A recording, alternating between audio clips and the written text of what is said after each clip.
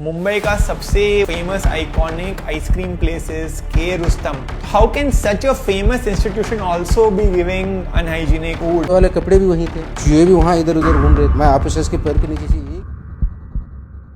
Instagram खोलिए guys, Mumbai में ये मस्ट ट्राई जगह है. Best food, hidden gem. भाई अगर मुंबई में आए हो तो ये मिस मत करना.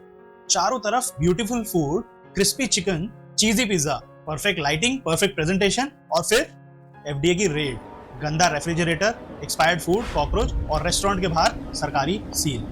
कल तक जिस जगह को इंस्टाग्राम पर लोग रिकमेंड कर रहे थे, आज वहां गवर्नमेंट कह रही है बंद करो. और इस पूरी कहानी में एक नाम बार बार सामने आ रहा है, तुकाराम मुंडे. लेकिन रुकिए, ये वीडियो तुकाराम मुंडे के बारे में नहीं है, ये वीडियो आपके बारे में. सवाल ये है, हम जो रोज खा रहे हैं उसकी सेफ्टी चेक कर कौन रहा है? हम रेस्टोरेंट जाते हैं और सबसे पहले देखते हैं एम्बियंस, फिर मेन्यू, फिर प्राइस, रेटिंग और reviews.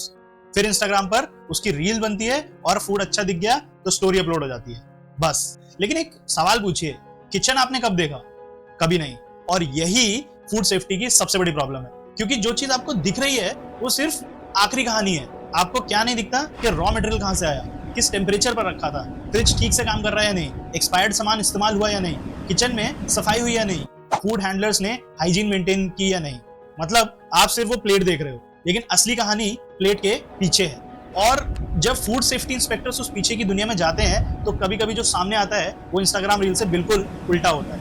Rats, cockroaches, flies, expired food, leaking refrigerator, गलत स्टोरेज, गंदगी और ऐसी चीजें जिन्हें देखकर शायद आपका अगले रेस्टोरेंट मील का कॉन्फिडेंस थोड़ा हिल जाए. मुंबई में हाल की इंस्पेक्शंस में ऐसी कई हाइजीन वायलेशन सामने आई. और सबसे अनकंफर्टेबल बात पता है क्या है? ये सिर्फ छोटे मोटे रोड साइड रेस्टोरेंट्स की बात नहीं है.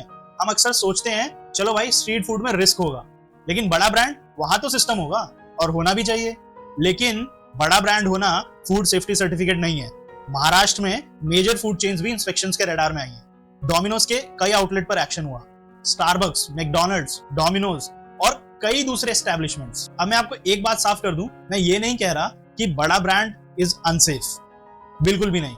मैं पॉइंट ये करना चाह रहा हूं कि फूड सेफ्टी का स्टैंडर्ड ब्रांड देख के बदलना नहीं चाहिए. रेस्टोरेंट छोटा हो या बड़ा, लोकल हो या मल्टीनेशनल, रूल एक ही होना चाहिए. जो खाना मैं खा रहा हूं वो सेफ होना चाहिए. और एक इंटरेस्टिंग चीज, आज प्रॉब्लम सिर्फ रेस्टोरेंट्स की नहीं है. आज तो रेस्टोरेंट जाने की भी जरूरत नहीं है. फोन निकाला, ऑर्डर किया, 10 मिनट में खाना घर. कन्वीनियंस बढ़ गई, लेकिन एक सवाल और बड़ा हो गया, ये खाना इन 10 मिनट से पहले कहां था? रेस्टोरेंट में, वेयरहाउस में, डार्क स्टोर में, रेफ्रिजरेटर में या फ्रीजर में? और था जहां पे भी तो कितने टेम्परेचर पे था और कितने दिन से था? क्या वहां पे भी फूड सेफ्टी स्टैंडर्ड्स लागू हो रहे थे? होने तो चाहिए, क्योंकि डिलीवरी फास्ट होने से फूड सेफ्टी रूल्स गायब नहीं हो सकते. और यहीं से कहानी में आता है एक ऐसा फूड ऑफिसर जिसने फूड सेफ्टी को अचानक पब्लिक कन्वर्सेशन का हिस्सा बना दिया. Tukaram Munde, Maharashtra FDA commissioner. और उनके टेन्योर में फूड सेफ्टी इन्फोर्समेंट काफी विजिबल हुआ. Restaurants, hotels, canteens, inspection, seizure, licence suspension और क्लोजर ऑर्डर्स. और फिर लोगों के मन में एक सवाल आया, ये पहले नहीं होता था क्या?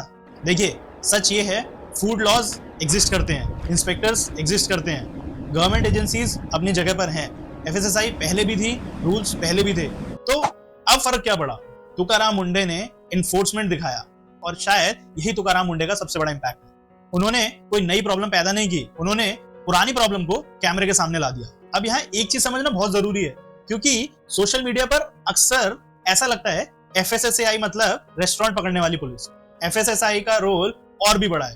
Food safety standards, regulatory framework, coordination, और स्टेट अथॉरिटीज ग्राउंड पर इंस्पेक्शन, सैंपलिंग और एनफोर्समेंट करती है. मतलब इंडिया में फूड सेफ्टी का पूरा मशीनरी मौजूद है, रूल्स हैं, इंस्पेक्टर्स हैं, लैब्स है, टेस्टिंग भी है, पेनल्टीज एग्जिस्ट करती हैं, कन्विक्शंस हैं.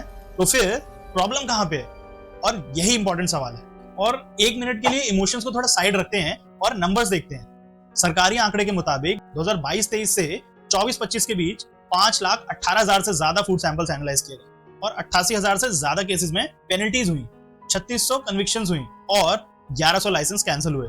तो ये कहना कि इंडिया में फूड सेफ्टी इन्फोर्समेंट होती ही नहीं, सही नहीं होगा. लेकिन सवाल ये है कि अगर इतना इन्फोर्समेंट हो रहा है तो वही प्रॉब्लम्स बार बार क्यों दिखाई देती है? क्योंकि फूड सेफ्टी एक रेस्टोरेंट की कहानी नहीं है, इसके लिए आपको पूरी चेन समझनी पड़ेगी. Farm, manufacturer, warehouse, dark store, retailer और आखिर में आपके पास। और इंडिया में फूड टेस्टिंग लेबोरेटरीज भी हैं, फूड सेफ्टी ऑन व्हील्स जैसे वाइल्ड टेस्टिंग यूनिट्स भी हैं। मतलब मशीनरी मौजूद है, इंफ्रास्ट्रक्चर मौजूद है, रूल्स भी हैं, लेकिन कागज पर बना सिस्टम और जमीन पर चलता सिस्टम एक नहीं है। और यहीं से कहानी थोड़ी इंटरेस्टिंग हो जाती है, क्योंकि गवर्नमेंट के पास एक वेपन है, इन्फोर्समेंट। एज अ कंज्यूमर आप क्या करें? और यहीं पर मुझे फूड फार्मर की स्टोरी बहुत इंटरेस्टिंग लगती है, रेवंत हिम्मत सिंह का, जिसे आज बहुत लोग फूड फार्मर के नाम से जानते हैं। और उनका एक बड़ा इंटरेस्टिंग कैंपेन था, लेबल पड़ेगा India. Do watch that video. Idea बहुत सिंपल है, पैकेट के सामने मत रुकिए, उस पैकेट को पलटिए, उसके इंग्रेडिएंट्स पढ़िए, न्यूट्रिशन टेबल देखिए, शुगर देखिए और सर्विंग साइज देखिए। और ये सब देखने के बाद आप एक इन्फॉर्म डिसीजन लीजिए कि पैकेट के फ्रंट पर मार्केटिंग क्या हो रही है और पीछे इन्फॉर्मेशन क्या है। इंस्टाग्राम पर एक इन्फ्लुएंसर कहता है, guys you have to try this is healthy, this is protein rich, guilt free, must buy. और वहीं पे फूड फार्मर कहता है, ठीक है भाई, पैकेट पलटो, इंग्रेडिएंट्स पढ़ो, न्यूट्रिशन देख और फिर फैसला कर। और मुझे लगता है यही एक बहुत बड़ा डिफरेंस है। अब तुकाराम मुंडे और फूड फार्मर को एक साथ देखिए। एक तरफ तुकाराम मुंडे गवर्नमेंट की तरफ से एनफोर्समेंट, इंस्पेक्शन, रेड, एक्शन, और दूसरी तरफ फूड फार्मर कंज्यूमर की तरफ से awareness, label, information and questioning. एक सिस्टम को बाहर से पुश कर रहा है, दूसरा कंज्यूमर को अंदर से जागरूक कर रहा है। और फूड सेफ्टी के लिए ये दोनों चाहिए। और इन सब में फूड सेफ्टी का मतलब सिर्फ रेस्टोरेंट को अकाउंटेबल बनाना नहीं है, रेगुलेटर्स को अकाउंटेबल होना पड़ेगा और कंज्यूमर को क्वेश्चन करना होगा। देखिए, फूड सेफ्टी गवर्नमेंट, रेस्टोरेंट्स और ब्रांड्स की रिस्पॉन्सिबिलिटी है, बट हमारी बॉडी के अंदर हम क्या भेज रहे हैं ये हमारा डिसीजन है। अब अगला कदम आपका है, पैकेट उठाइए, लेबल पढ़िए, क्योंकि जो चीज आपको दिखाई नहीं देती वो भी आपकी प्लेट तक पहुंच रही है। This is logic post, I am Himanshu, और हम लोग यहाँ पे ऐसे ही हिडन सिस्टम्स और लॉजिक्स को डिकोड करते हैं।